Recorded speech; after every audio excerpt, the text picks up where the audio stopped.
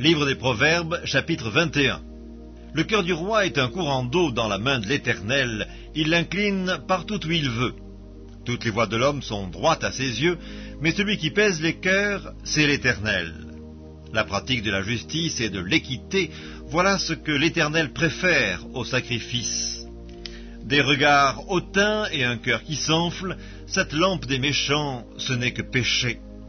Les projets de l'homme diligent ne mènent qu'à l'abondance, mais celui qui agit avec précipitation n'arrive qu'à la disette. Des trésors acquis par une langue mensongère sont une vanité fugitive et l'avant-coureur de la mort. La violence des méchants les emporte parce qu'ils refusent de faire ce qui est juste. Le coupable suit des voies détournées, mais l'innocent agit avec droiture. Mieux vaut habiter à l'angle d'un toit que de partager la demeure d'une femme querelleuse. L'âme du méchant désire le mal, son ami ne trouve pas grâce à ses yeux. Quand on châtie le moqueur, le sot devient sage, et quand on instruit le sage, il accueille la science. Le juste considère la maison du méchant, l'Éternel précipite les méchants dans le malheur. Celui qui ferme son oreille au cri du pauvre, criera lui-même et n'aura point de réponse. Un don fait en secret apaise la colère, et un présent fait en cachette calme une fureur violente.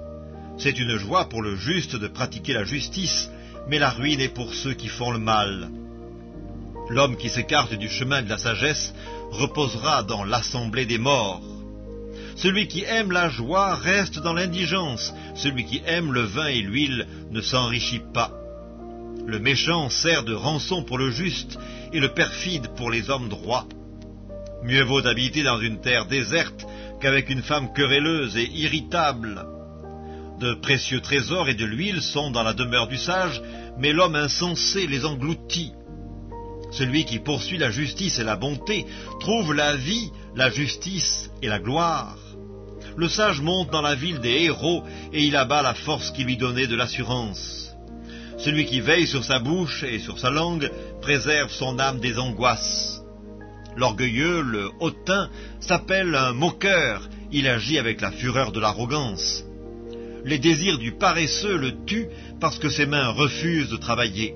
Tout le jour il éprouve des désirs, mais le juste donne sans parcimonie. Le sacrifice des méchants est quelque chose d'abominable, combien plus quand il l'offre avec des pensées criminelles. Le témoin menteur périra, mais l'homme qui écoute parlera toujours. Le méchant prend un air effronté, mais l'homme droit affermit sa voix. Il n'y a ni sagesse, ni intelligence, ni conseil en face de l'Éternel. Le cheval est équipé pour le jour de la bataille, mais la délivrance appartient à l'Éternel.